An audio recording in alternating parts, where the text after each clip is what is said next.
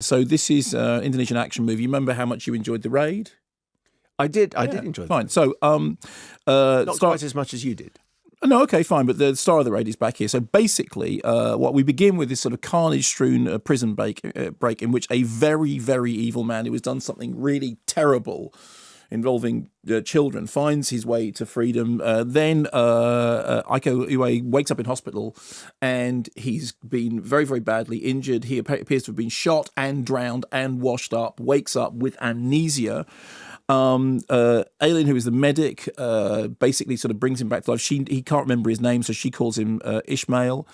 And she nurses him back to health, not unlike, I have to say, Jenny Agutter in An American Werewolf in London. Also, like Jenny Agutter in An American Werewolf in London, she doesn't realise that the person that she is nursing back to life has darknesses hidden in them.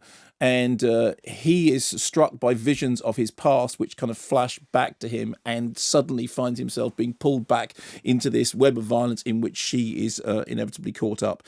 The film is actually very, very stylishly done. It is very violent. The BBFC say frequent scenes of martial arts action include use of guns, knives, and various unconventional items to inflict pain and injury, and that's pretty much the way it works.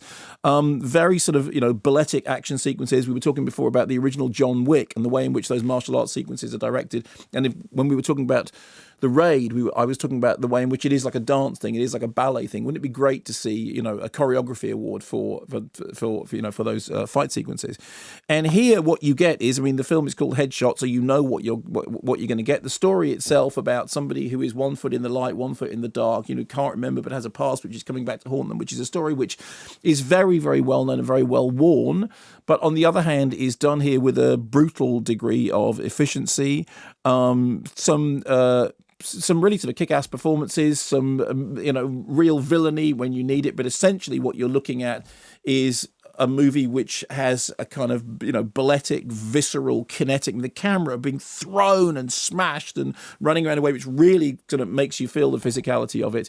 So yeah, I enjoyed it. If you're in the market for that kind of movie, this does deliver.